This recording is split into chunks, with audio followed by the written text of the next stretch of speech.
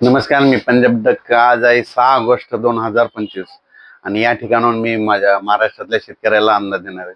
तर आपण सांगितलं होतं की राज्यामध्ये काल म्हणजे 5 तारखेला तांबडा आभाळ झालं होतं. तर ज्या ज्या ठिकाणी तांबडं दिसेल त्या ठिकाणी पाऊस येईल. तर सांगायचं झालं तर सगळीकडे पाऊस सुरू झाला. म्हणजे तो पाऊस सांगायचं झालं तर सांगलीकडं, साताऱ्याकडं, कोल्हापूरकडं, सोलापूर जिल्हा, त्याच्यानंतर बीड जिल्ह्यात पडला. त्याच्यानंतर लातूर जिल्ह्यात देखील झाला, धाराशिवकडे झाला, नांदेडकडे देखील झाला. आणि मग आता पाऊस कसा पडणार तर राज्यातल्या सर्व शेतकऱ्याला सांगू इच्छितो.